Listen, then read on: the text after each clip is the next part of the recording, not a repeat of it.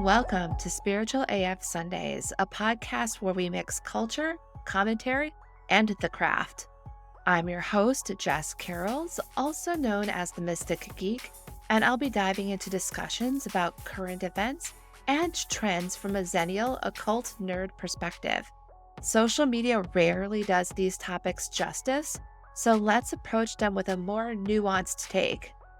It's time to grab your favorite beverage, sit in a comfy chair, and get ready to peel back the layers of reality, because that is Spiritual AF.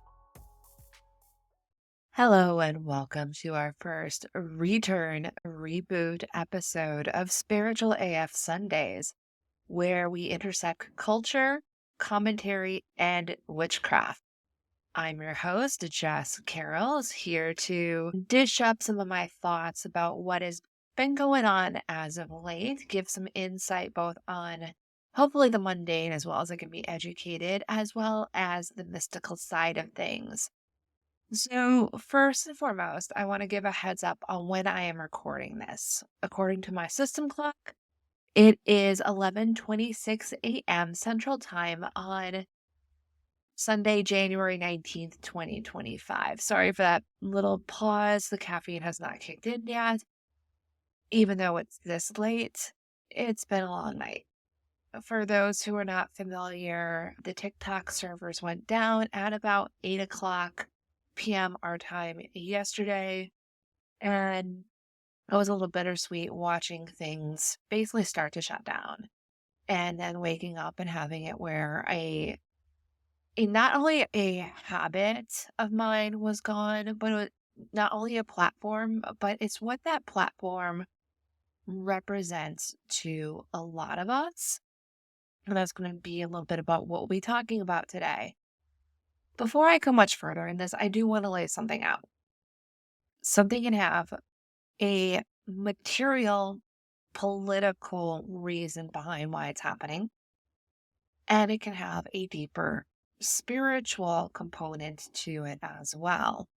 I believe it's in the Emerald Tablet that they talk about as above, so below, and as within, so without. So the idea that there is both that political as well as that spiritual component. There is the essence, and then there is the mundane.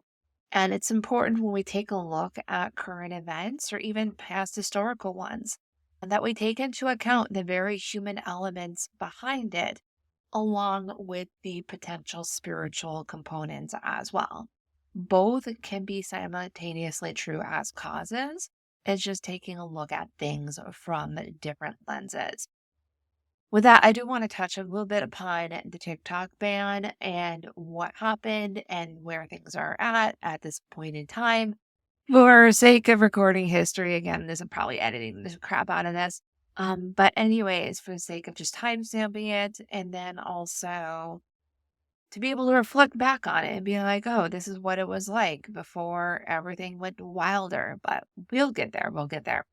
So, as most of you are probably aware, Congress had gone through and approved the ban on TikTok. Basically, the way that they have it was considered a forced sale, that either TikTok would have to be pulled away from Chinese influence or they could no longer operate in the United States.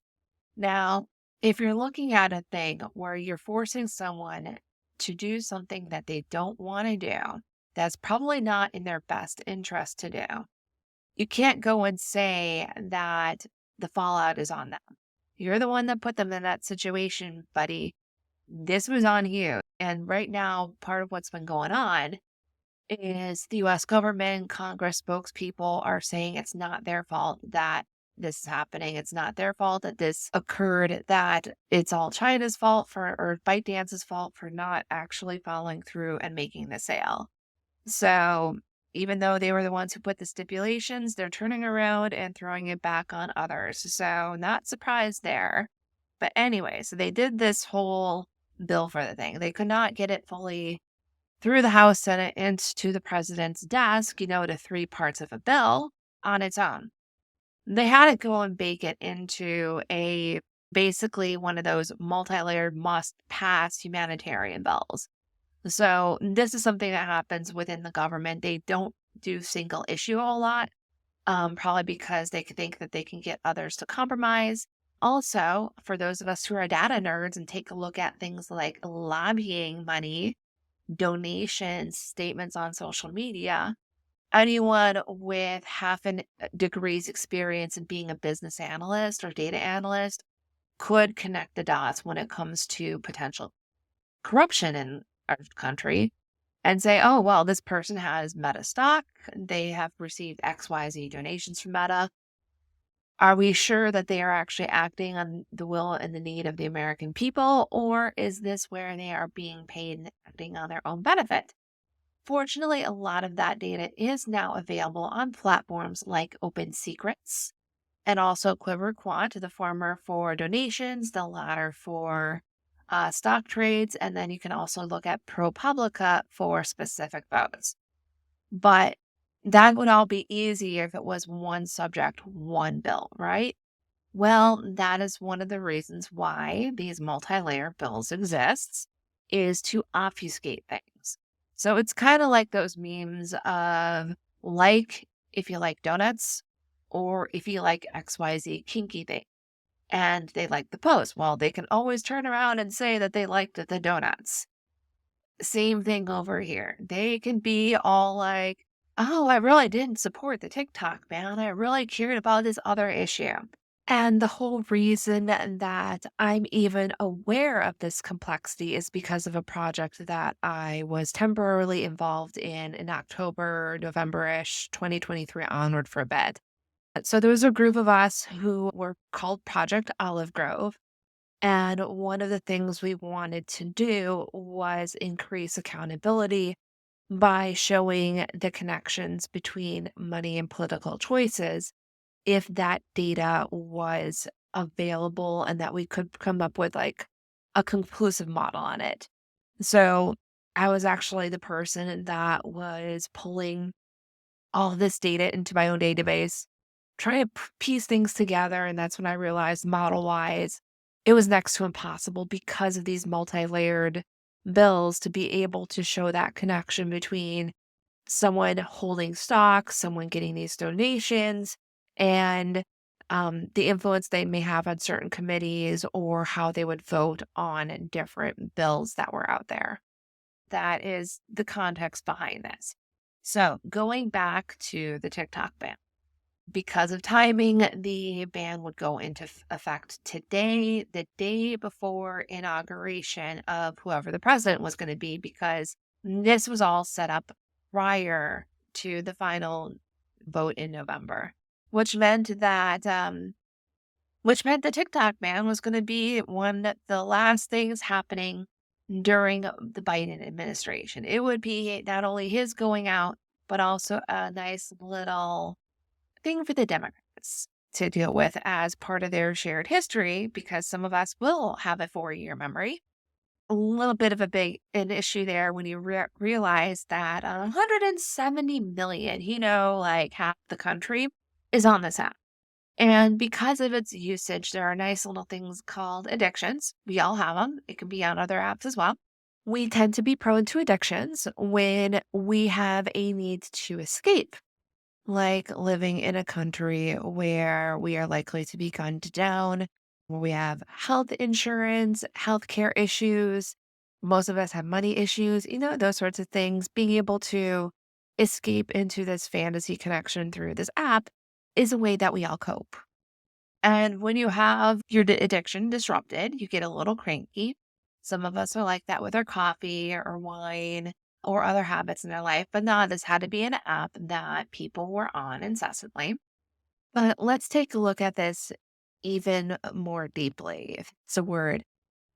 This was not just about dopamine hits for people. We're talking about an app that connected us in ways that other platforms could not, that allowed us to be able to see the news of what's going on elsewhere in the world, places that the news that comes out is either heavily filtered or our own media people highly censor it. Being able to organize, being able to see when protests are happening, for small business owners. What was it? 7 million small businesses, according to the TikTok Economic Impact Report. 7 million businesses, about 220,000 jobs that were dependent on that, and billions of revenue.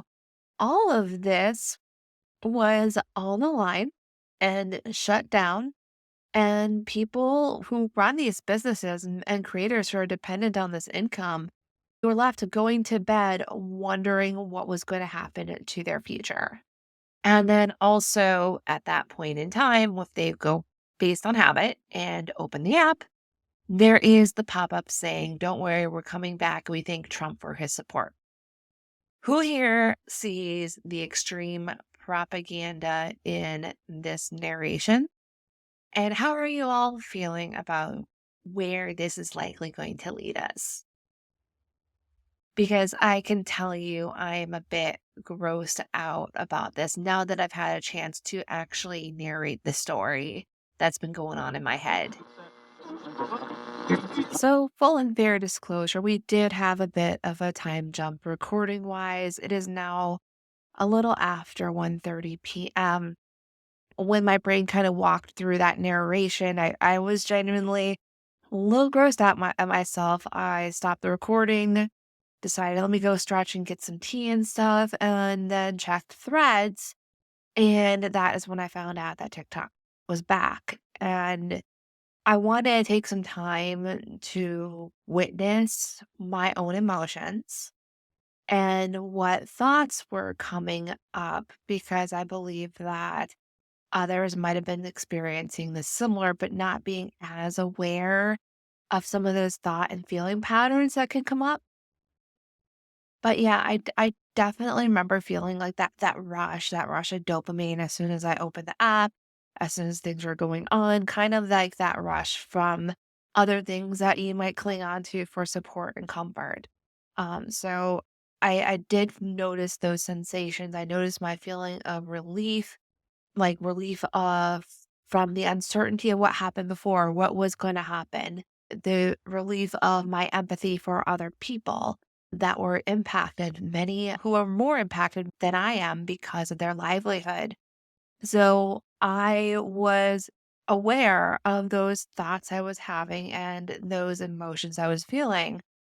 And I was wondering what sort of thoughts or conclusions that would lead to in other people on this of what was happening and why, and just basically people's headspaces. I'm not sure if it just was my bubble of threads when all this was going down or whatnot, but I could see people going through and feeling resentful, especially if you find out like behind the scenes what had been happening. If you follow Under the Desk News, they share a bit on that. There are those who felt that in the giant game of chess, that it was okay to leave people in that state of fear and that state of uncertainty for about 14 hours in order for their own personal agenda to be fulfilled. So go research it. You'll fill in the blanks on what I'm alluding to on this one. But yeah, the ban did not necessarily need to happen. And I think that as more people become aware of the circumstances, we're going to get more resentment towards the system in general. Maybe just towards that one specific politician, but I could see it more on a wide scale, just having it confirm people's beliefs that those in government, those in wealth and power, don't really empathize or understand the struggles that we deal with. So I see some of that coming into play. And so, with all of that, let's get to that core question, the thing that led to me going through and coming up with my title. What is it about TikTok and what is it about the egregore of American exceptionalism that is leading to things hitting basically this showdown, as it were, and how and what do current events have to do with it? When I first started dabbling in magic, I worked a lot with spirits and trying to understand different types of spirits that were out there. Mostly this was through experience rather than books. So I really didn't even have categories for what I was dealing with and sensing. And one of them was this presence that I would find around larger groups of people that held an affinity or those who had a strong belief in a particular individual or ideal out there. It wasn't until a couple of years ago when I actually started delving deeper into terms within esotericism that I understood the concept of an egregore. So I was reading a book called Egregores, The Occult Entities That Watch Over Human Destiny by Mark Savage. I think it was published back in 2018, so pre-pandemic, where he was talking about, well, what is an egregore. He alludes to definitions elsewhere that an egregore is this psychic autonomous entity that emanates from a group of people. So that's where we come up with like their collective identity or their ideas. And so is this relationship between this sometimes self-aware construct and those that try to uphold that construct within the world. So that is the concept of an egregore. All right, let's talk about the next term that I want to bring into this conversation, which is American exceptionalism. So we talked about egregore. So American exceptionalism, an egregore of that would be like the collective thought form or psychic emanation of those who believe in that concept of American exceptionalism, which is how do I even talk about it? So, how many of you have seen the Amazon show The Boys and their narration and their cosmology? Well, in that show, the supernaturals, the superheroes, villains, whatnot, the soups, this is set in the United States, and the way that people were indoctrinated was this belief that the supernaturals were unique to the United States because the United States was blessed by God or whatever the theology was. I remember there was a lot of satire on religion on it. But, anyways, going back to this. So they had gone through and set this narration that this was all a godsend when it really came from a corporate overlords at Vaught International.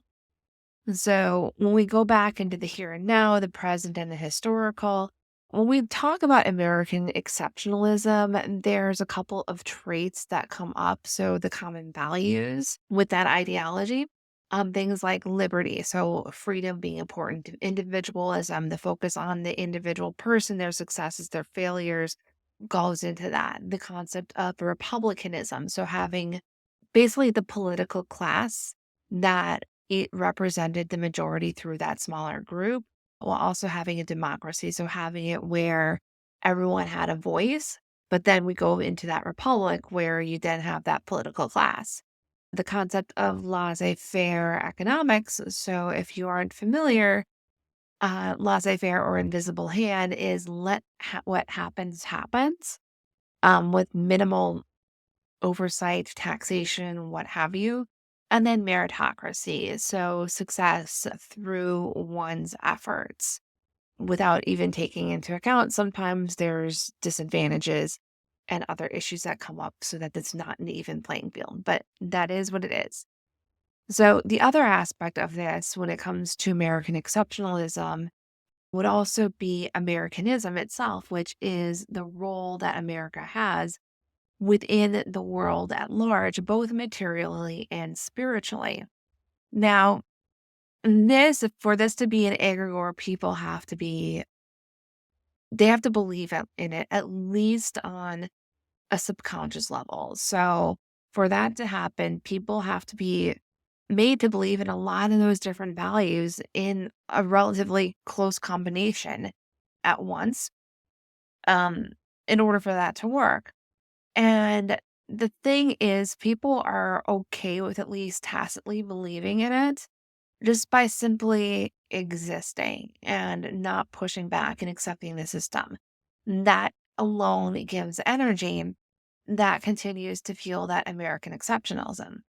Because the alternative of things being the way they are is instead of us being one larger empire for the concept of America, and we'll talk about that in a moment, being smaller groups, being more communal, United States breaking off into various smaller countries, kind of like Europe, um, which then it loses that larger cohesive identity. Despite the fact we have so many different cultures in this area, it's hard to stay unified, but it is what it is. So to go and talk about egregores on a more meta level, so since we've been talking about the egregore of American exceptionalism, there is the egregore for the concept of America as well. And how those related, because of that possibility of people dividing up into their own groups and just having more this smaller, more sustainable way of governing and maintaining things. That's why they need to have American exceptionalism because by having that and having those values, that's what then leads into feeding and protecting the concept, thought form, egregore of America. So I know I got a little weird there, but ultimately, America needs to have this mindset, this philosophy, in order for America to stay in the structure that it's in. If this exceptionalism belief system was gone or directly challenged to the point where it was being dismantled, it then puts the concept of America at a shaky ground because of the lack of stability otherwise. And this is why I think if we peel back the layers of history and we look at on a more archetypal and spiritual level, we can see these clashes of like liberal versus conservative, various things within human rights as the new crusades, as it were, in trying to define and set what are American values and not wanting to acquiesce or have it morph one way or the other, but trying to like hold it at a specific point. And what ends up happening is when we have people that challenge the system and do what's seen as contrary to those quote unquote American values, there's this identity crisis because this concept of American is yes, you have to be on the same soil and you have to have these ideals. And when we have people that run counter to that, that's where we start having those challenges in collective identity. Because it's like, how can I wholeheartedly believe that Americanism is this, and how can they believe that America needs to be that? It does create that type of conflict within identity. And when we also start taking a look at things a bit more deeply, we take a look at the challenge of the exceptionalism. Is it real or is it fake? Is it are we really better than everyone else? Or are we just like everyone else? So this now brings us to TikTok. TikTok challenged the concept of American exceptionalism in a couple of different ways. So first and foremost, I would have to say the tech, the algorithm, being able to reach 170 million Americans. That is pretty huge as well, especially when you try to compare that to other platforms that are within the United States. The economic impact, and this is from the TikTok Economic Impact Report, 14.7 billion revenue in the year 2023 for the small business users that use TikTok. And of that, that generated 3 billion in taxes revenue for the federal and 2.3 billion for state.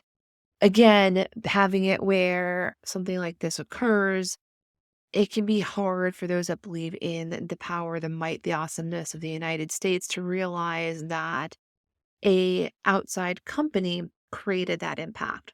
So going along the issue of narrative, because of the visibility that TikTok provided for videos, the narrative that came through was one that challenges the concept of American exceptionalism. So, again, going back to the idea that America is the best in the world and that we know best what other countries should do. And so, I would say a big portion of this was prior to October 7th, 2023, but I would say that that was a catalyst point. That was the first time a lot of Americans saw war firsthand, that we saw it through the eyes of others. Because previously, when we had war situations, the news was sanitized. We did not see dead children on our screen. We just did not. And seeing that and then realizing a couple of different things then also fueled that ideological crisis of faith. The first one was taking a look and realizing how much we fund Israel's military program, especially its defense program. Not just in realizing the blood on our hands, but also that this is money that could have been spent elsewhere. And why is it that our country is involved in that? And then the other part of that is looking at the parallel history between the state of Israel and the United States. And I'm specifically bringing up the state of Israel that was founded through a British mandate that was further ratified by one of the early United Nations votes. So that structure, that construct, having a very similar history to the United States. For those not familiar with United States history, after the founding fathers made 13 colonies and split off from Britain, then there was that period of expansionism. There are already people here. There are already people living in this area. And our ancestors who came in from there settled and either killed or drove out as far as they could the indigenous folks from that area. And that is a bloody and gross part of our history that we, especially those of us with lighter skin, have to reconcile, that we live on stolen land, and then try to figure out how best to make do with that and how best to live and handle that knowledge. And then learning about the state of Israel, where it was a lot of the Ashkenazi Jews post Holocaust settling into that area and driving out the natives that were in there. So that time frame called the Nakba.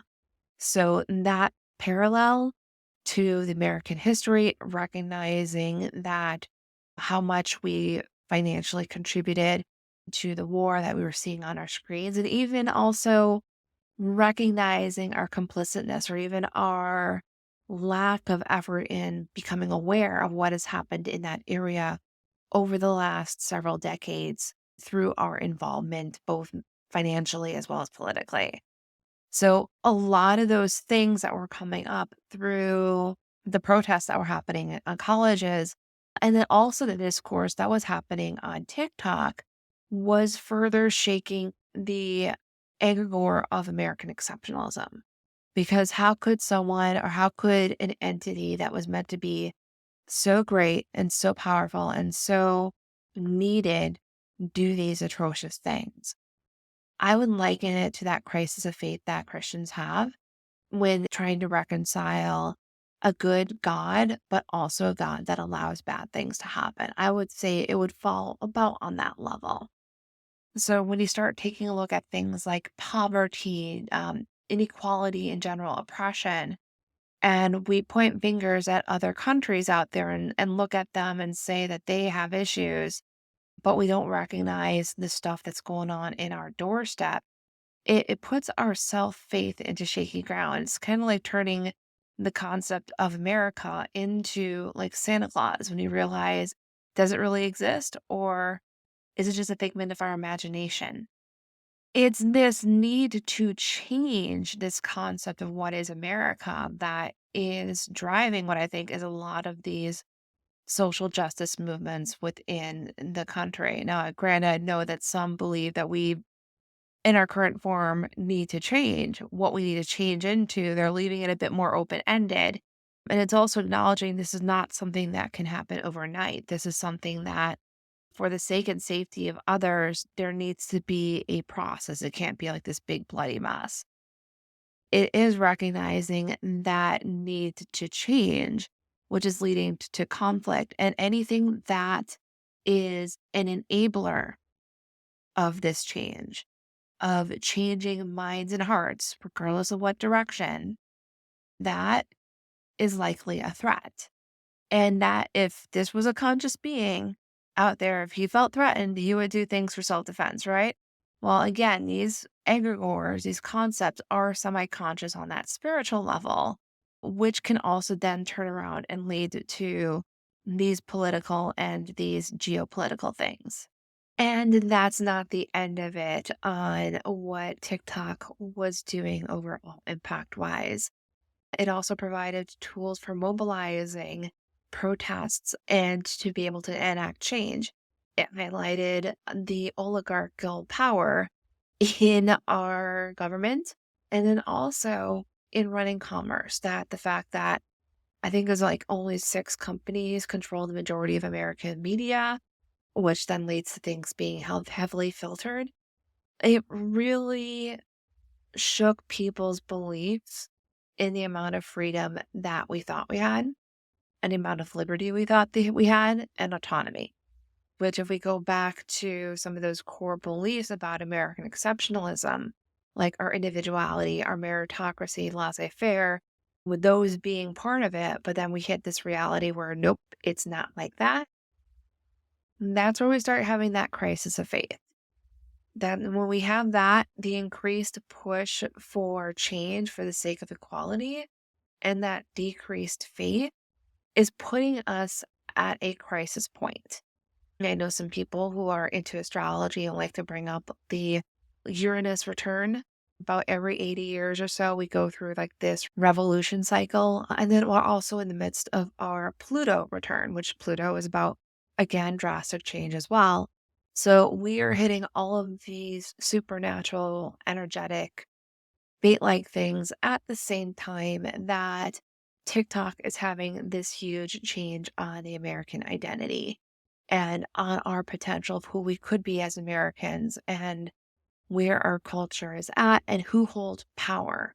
And before anyone makes any accusations at this point, I am for the life and welfare and caring of the people who live on the land known as the United States of America, which had been occupied and taken from the indigenous folks of thousands of nations.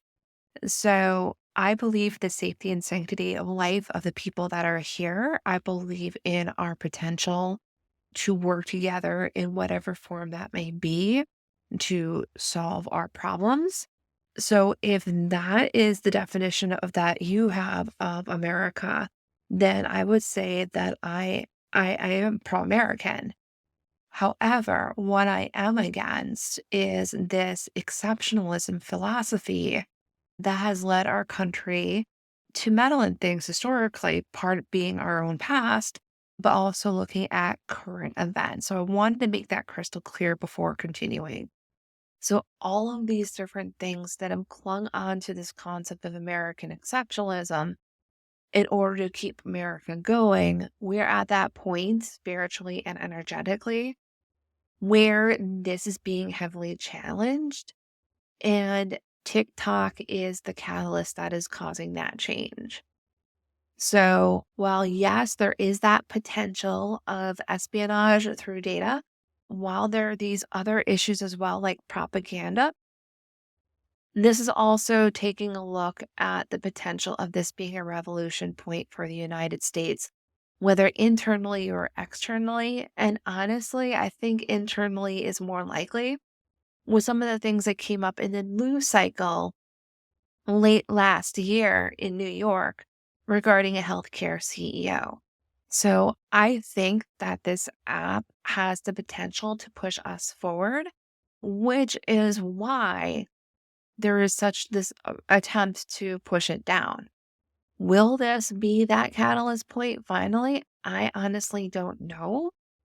I don't want to guess one way or another if it's going to be this app or something that people flock to if this gets shut down for good.